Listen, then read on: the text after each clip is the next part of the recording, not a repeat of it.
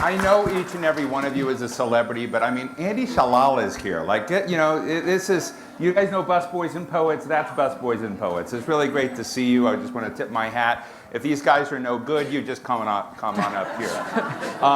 Should we come up right now? Yeah. What a crowd. Were all of you expecting a different outcome in the election and now you're looking for new opportunities? Great to be with you. So we're here to talk about big issues affecting small business. And we've got just a fascinating group. We've got someone who runs one of the largest business federations in the country. So I'm expecting you have a big template. And we have Julie, who is out there struggling on the front lines, and Mike, you are well heard. So I guess I want to start with the two of you before we kind of go to the cosmic level. Tell us what your dashboard is. When you're looking at the priorities that you worry about every day, what you're thinking about the big issues that hit you as opposed to the ones we think are important to you, what really is there? What would you want to tell the audience you're paranoid about, your up at night issue? You know, being in retail, I think about consumer confidence more than I think about anything else. Nobody spends money. By the way, Hobby Work stores, if you've ever been there, I don't sell anything anybody needs. So what after 25 years or so of doing this, I think what I've really learned is that people don't spend money because they have money or don't have money. They spend money because they think they're going to have money. And at the end of the day, that's all that really ends up mattering to my bottom line.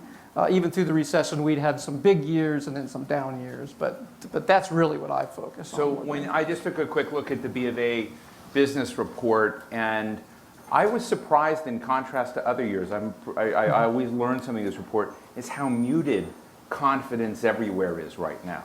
And so are you finding that affecting your business? Are you finding the report, which is kind of, I would call it cautiously pessimistic? I think that's more a function of the rhetoric. I mean, the election certainly didn't turn out the way I expected it to, but I really think that's a function more of the rhetoric. I think people are going to loosen up here in a little bit. There's always a bit of an election bump, regardless of who wins, because of just kind of the exhaling. At least that part of it's over. I wish there was less tweeting, but I think it's going to be okay, at least for us in the near term. Do you have a particular source of tweeting that you were worrying about? Really, in general. So, Julie, you and I haven't seen each other in about 10 years. That's not true, Steve. I just didn't pay attention.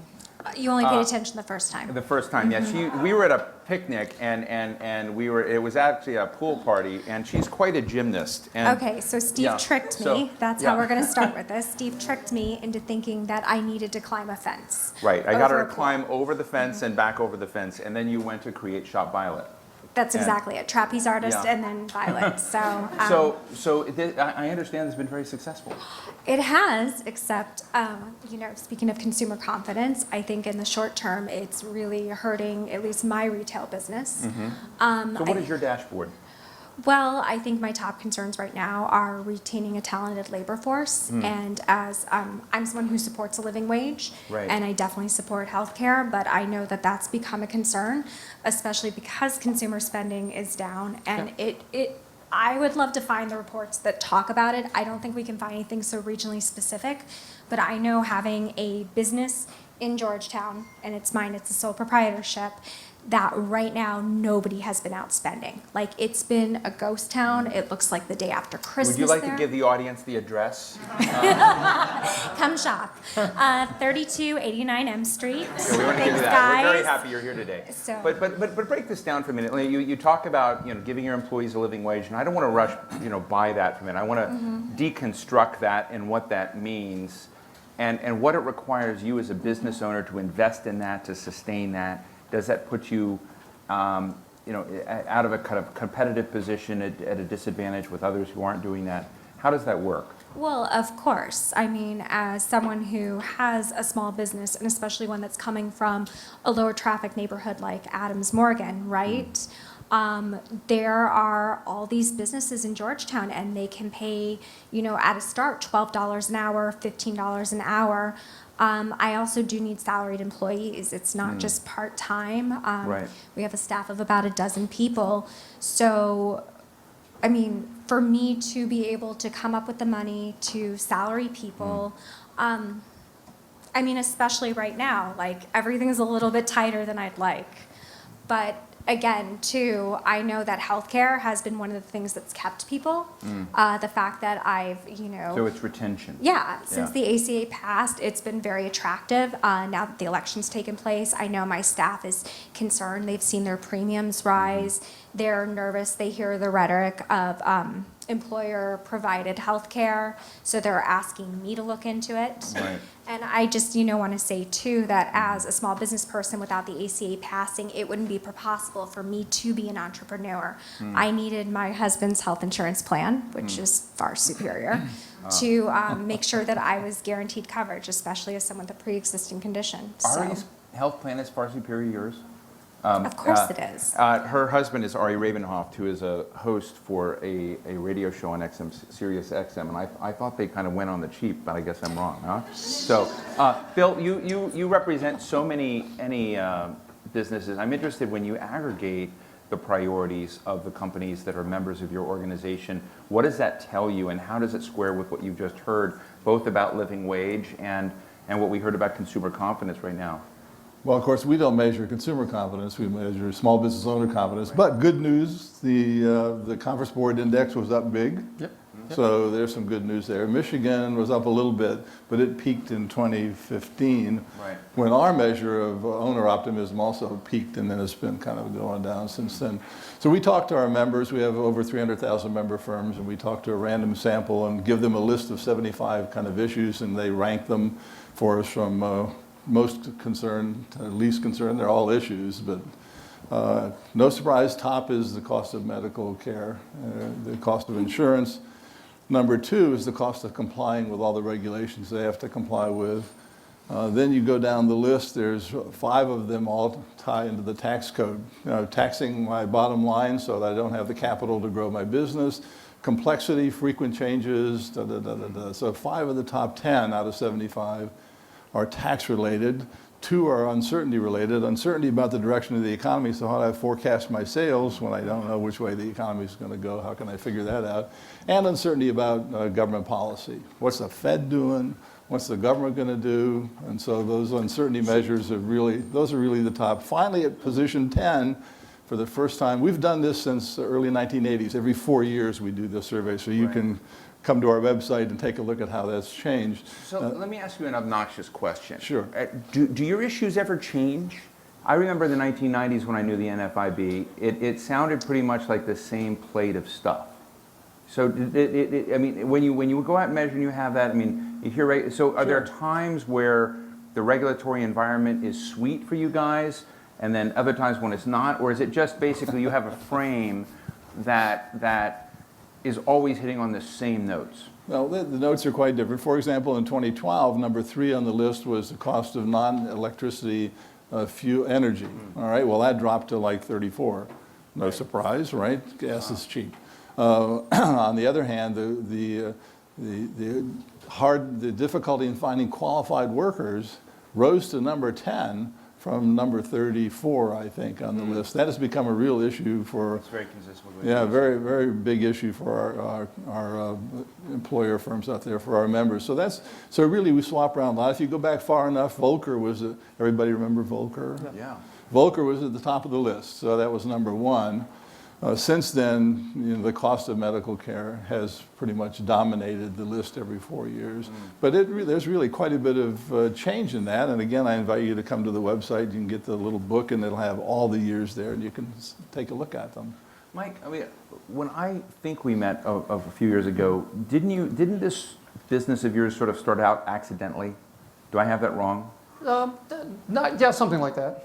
So I'm interested in the issue of, particularly I have to confess that the term small business is a very awkward one for me. And sometimes I think, small business, I mean, I want to ask, Bill, do you get big businesses that are, given alumni rights or something, that become big from being small, and you've got young businesses and lots of different forms of business that are out there. But I remember from the dinner that we had that you sort of got into this sort of went up and then you've expanded. And I'm interested in that kind of special sauce, that secret sauce of the mix between being an entrepreneur, finding financing, kind of finding your market. What are those things you need to wrestle with when you go from being a hobby to actually being a real place about hobbies? Geez, well, opening your second store is not twice as hard. It's 4 times as hard. And then after a couple of years, you feel like, oh yeah, I got this down. I can open another store, no problem. And that's like 10 times harder. And so I'm still trying to figure out exactly how many I need to open before I make real money doing this. But again, it's funny, for all the stuff that I've done, whether it's on panels like this or on television, or whatever side I'm taking, I never have opened a store thinking about healthcare policy, tax policy, or anything, government policy, or anything like that. I open stores because I think I found a good location where I can make money, and I think that people are going to come out and shop. And so, while all of those things, I answer those same kind of surveys, and I do the ranking and things like that. At the end of the day, none of those really impact specifically my decision to open another store. I open a store because I think I've got the people, I think I've got the financing, I think I've got the location. Do you have a different labor pool than Julie is? Because it sounds like this is a bigger issue for her, finding talent. Well, no, we struggle with finding talent. I have a little bit of an advantage in the sense that, and you'll probably hear the same thing because we were talking about it back there, the lady who has the game store. I do have an advantage in that people don't work for me usually because they need the money. They work for me because they like the stuff. They like talking about the stuff. You may have the same thing. They work for you for the discount. Right. So I have less trouble finding regular staff. I'm just speaking for me when I talk about labor issues, it's the retention. My brothers who have a pizza restaurant in Omaha, Nebraska, where the unemployment rate is virtually nil, it's attracting any kind of skill, any talent for that. But you bring up an interesting point with the location, and this is something I've talked about in the decision whether I stay at 1 store, 2, or 3, is particularly I'm like a true brick and mortar that thrives on providing like exceptional customer service experience. So for me, the decision to open in Georgetown and even close my Adams Morgan location was a complicated one. I feel like I'm almost priced out of every single neighborhood in the city. So for me, when I look at all these new developments in these transitioning neighborhoods, and the fact that they're already thinking that they're going to get $65 a square foot out the gate, or even in my old space where my landlord lives in California and is speculating that once a hotel opens up or a restaurant, then that's going to be a competitive price in the market. I have a store in Rockville Pike. Yeah, and so. So let me ask you both again, and I want to come to Bill after. What does business in Trump world, where parts of the Affordable Care Act possibly get rolled back, where the regulatory environment potentially decreases, what does that do for you guys? Is it a relevant issue? Well, so I've thought about this a lot, and I thought about it a lot during the campaign. I think in the short term, at least for me personally, and probably for Julie, there'll be, and for most of the people in this room, I think there'll be some advantages, assuming corporate taxes are expected to be significantly cut. I'm a C corporation, so that'll help me in the short term. And the same thing will probably happen because pass-through businesses are going to raise their fists up and say, "Don't forget about us." And so something will be done about that as well. And but longer term, I have a feeling that there's going to be a lot more focus on the repeal. There's a lot of talk about repeal and replace of the Affordable Care Act. I think the repeal part is going to be focused on a lot more than the replace part. And that's a problem for me. People forget health insurance rates were rising at unbelievable rates before anybody ever heard of the Affordable Care Act or President Obama. And so the Affordable Care Act came along and kind of accordioned up some of that slack, and now I think we've reached some of the end of that slack. And unfortunately, I think that's going to provide impetus to tear a lot of this down. And for small businesses like ours, where you're trying to get either group rates for a very tiny little group of people, or go off on your own, I'm afraid to say that I think that's going to go away. And Julie? I don't think that any kind of tax benefits that Trump's going to provide are really going to help a small business at my level. I'm not a C Corp, so that's what makes a difference. as I mentioned before, sole proprietorship. So for those of us that are laymen in this, what is, just a quick snapshot, what's the difference there? A C Corp is I'm a separate corporation, so Right. the corporation itself is taxed as if I'm this guy sitting Right, here. right. Whereas she's an LLC, which means the income from the corporation passes through to her personal tax return. I see. And I'm going to give Bill a chance here to talk about how you see the opportunities or problems in the world we have coming. Real quick, when I pay yeah. myself, I get taxed twice because I'm paying taxes on the corporate income and then on my personal income. I see. And why do you do that? That sounds irrational. Because traditionally, even now, corporate tax rates are significantly lower than individual tax rates. So if you're going to grow your business and keep money in the business, you keep it cheaper than if you were trying to open multiple LLCs. And Julie, is that rule for you? No, I mean, it's the same. Yeah, it's different for Yeah, it's different. So again, as I'm saying, in terms of my small business, which is the kind of small businesses that we're talking about that are born out of hobbies or in people's basements, they're not going to receive those kind of benefits. And what happens if the ACA is rolled back from your perspective, Julie? As I explained before, it's very complicated. As someone with about a dozen employees, the idea of going out there and shopping for a group plan, it seems very daunting and expensive. And I do remember my family actually had an insurance company. I was explaining that we're a Right. family of entrepreneurs. And I do know how high the premiums were that people were paying at the time. So. I just wanted to go back to the comment about starting your business. You said, you didn't look at all those things to start the business. It's something you really wanted to do, look like a good location, and that's true.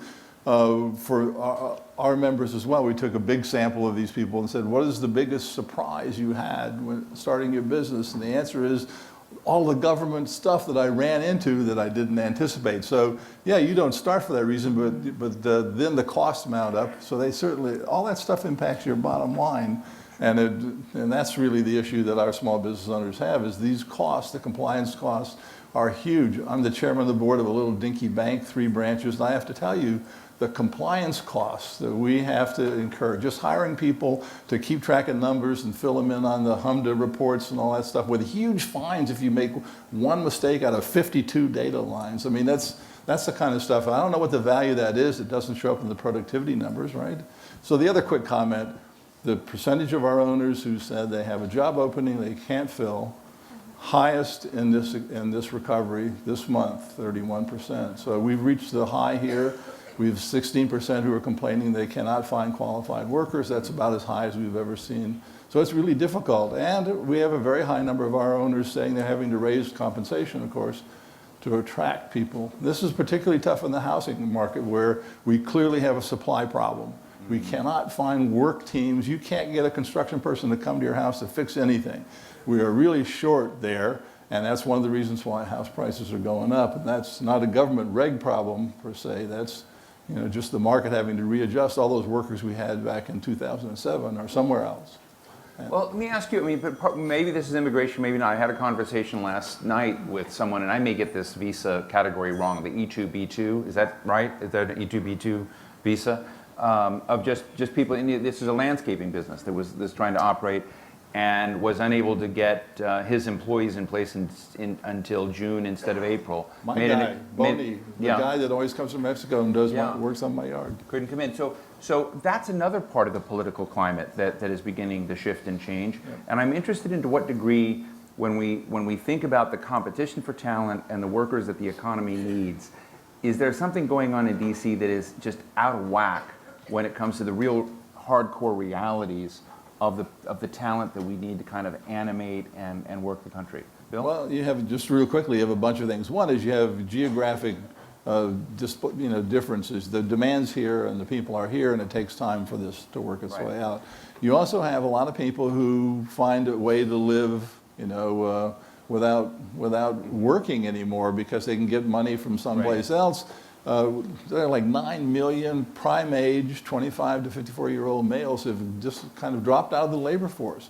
I don't know how they're living, but one of their complaints is, in an interview that I saw on, not a random sample, but it was that, the pay these obviously are not skilled people. Right. There's not enough pay available on the jobs that they can find. to make it worth giving up whatever income source they have and to Real work quick, on it. Mike, is this an issue for you? Well, it's always tough to find good people in retail. Like I said, it's a little bit less difficult for me because mostly people work for me because they like the stuff, they want to work, they want the stuff. So I don't have that problem as much. As we get to higher levels, it is. Julie? A bit. There's been periods of time where we haven't had any referrals to fill any kind of employment positions. And, truthfully, I think it boils down to an education problem too. You don't need to be skilled to do this job, but people don't understand resumes or cover letters or following directions. And I just think that's a bigger issue in society overall. Oh, interesting. Great. I get that, right? I'm being told But- we have time for one question, so that's Casey's fault. But I want to ask somebody who has a really, really good question. Think about it. If your question, if you have any doubt in it at all, then don't. Yeah, okay, right here.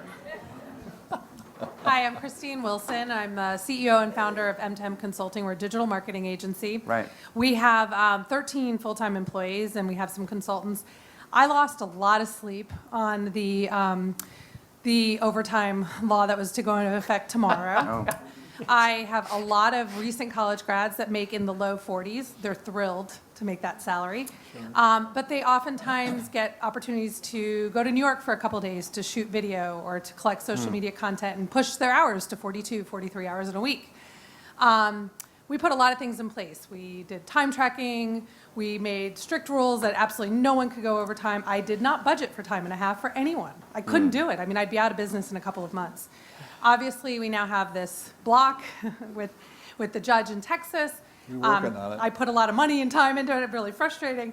And then, so basically, I'm wondering, did you guys have fear about this? Did it affect you all? Mine are all Fascinating salaried question. employees. And then what do you think with the new administration? Do I even lose any Right. more sleep over it, or Yeah. do I just forget about it? So Overtime. Our goal was to get this all straightened out by October 1st. So in October, and because we couldn't afford to raise everybody to 50,000 who was on salary. We're Right. kind of in a similar boat as Right. you. And so we got all of this in place. We got those people switched to hourly, new timekeeping systems. We invested lots of time, effort, and anguish in getting it done. And so I think it's personally, with the way the wind is blowing, I think it's going away and never coming back. I thought 50 was a little on the high side, but it definitely needed to go up, I thought, from where it was. But that's neither here nor Just there. quick poll before I go there. How many of you have this issue of overtime hitting your deck? So, good chunk of people. And tell me about overtime at the Violet Boutique. Well, I'm small compared to you guys, so I'm just going to put it this way. 2 of my salaried workers I couldn't push over, so I had to actually open up additional positions. So that was what it cost me, was not only their salary. And does that piss them off? No, because I was splitting all the extra hours with my partner, who would be, I yeah. see. Great. But that's what the NFIB has been working on pretty hard, so we've been So give involved us a in quick that whole snapshot. thing. This is going to be the final word. This is, I agree, I think it's going to go away. I think we've stopped it, and it doesn't make sense to have the government setting these regs. Let the market set the compensation, and you negotiate with your people and hire the people you want and pay them what you all agree on, and that's the way the market ought to work. Thank you so much. Let's give a big round of applause to Julie Egermayer, Bill Dunkelberg, and Mike Brey. And just real quick, what is that address again? 3289 M. I got shut off. 3289 M Street. M Street. We'll see you there. Thank you very much.